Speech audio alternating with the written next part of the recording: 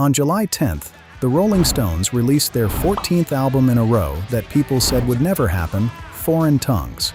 14 tracks, guests everywhere. Paul McCartney, Steve Winwood, Robert Smith from The Cure, Chad Smith from the Chili Peppers. But the thing that actually matters on this record isn't any of those names. It's track 9, a song called Hit Me in the Head. And the drummer on it has been dead since August of 2021. That's Charlie Watts, playing on a brand new Rolling Stones album, 5 years after his funeral. Which raises a question most of the coverage skipped right past.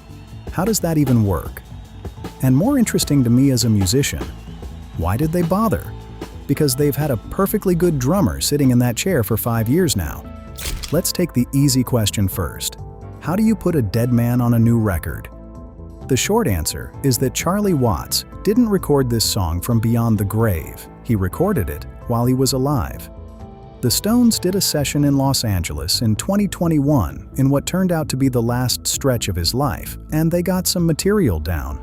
That tape sat there.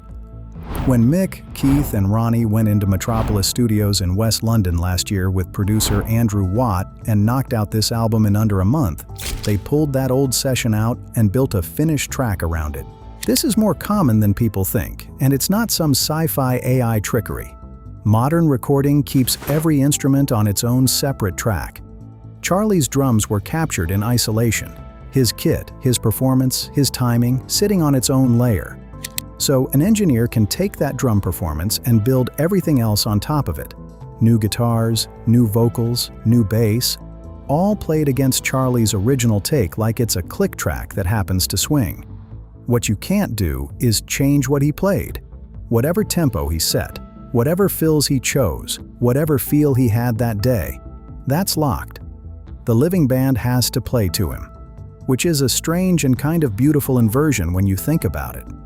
Normally, the drummer follows the band. On this track, the band follows the drummer, and the drummer is gone.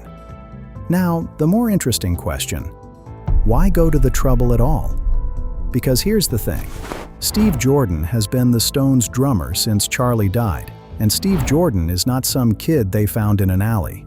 He's a monster player with a resume longer than most bands' careers, and he was Charlie's own hand-picked successor. Critics reviewing this album have specifically noted how accurately he captures Charlie's feel. He plays 13 of the 14 tracks, and he plays them well. So if your replacement drummer is that good, why dig up a 4-year-old tape for one song? Because you cannot replace Charlie Watts, and every drummer alive knows exactly why. Charlie Watts did something on the hi-hat that is genuinely unusual, and once someone points it out to you, you'll hear it on every Stones record for the rest of your life.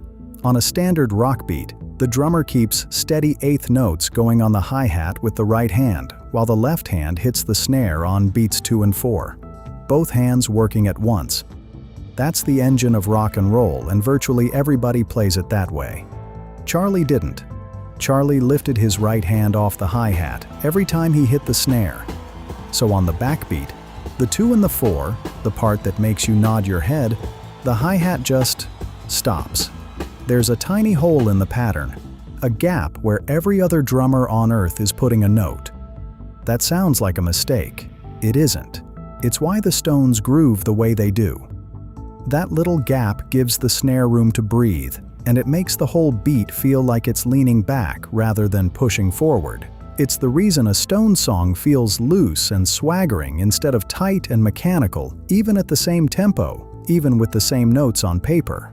And it comes from the fact that Charlie Watts never really wanted to be a rock drummer at all. He was a jazz guy. He loved Charlie Parker and big band swing, and he took a jazz drummer's touch and applied it to rock and roll for 60 years. Jazz drummers don't hammer. They play with dynamics and space, and a feel that sits a hair behind the beat. That's what Charlie brought into the loudest band in the world, and it's the secret ingredient nobody talks about when they explain the Rolling Stones. You can study that. A great drummer like Steve Jordan can absolutely learn to lift his hand off the hi-hat and reproduce the pattern. What's much harder to reproduce is 60 years of instinct about when to lean back and how far. That's not a technique. That's a personality expressed through a drum kit. So that's the real reason Hit Me in the Head exists on this record. It's not a gimmick, and I don't think it's even mainly a tribute. Listen to what the critics have said about it, that Charlie's track is the hardest rocking song on the album. The Stones went back to that tape because there was something on it they couldn't get any other way. There's something else worth sitting with here. Jagger and Richards are both in their 80s. This is the second album they've made without their drummer of nearly 60 years, and they're still finding pieces of him in the archives to build songs around. When you're that old and that far into it, the band isn't just the people currently in the room. It's everybody who ever sat in those chairs, and everything they left behind on tape. For 60 years, everyone pointed at Mick's mouth and Keith's riffs and called that the Rolling Stones. But the thing underneath all of it, the part that made the whole machine feel like the Rolling Stones and not just a very good rock band, was a quiet English jazz drummer in a nice suit taking his hand off the hi-hat. They know it. That's why he's on the record.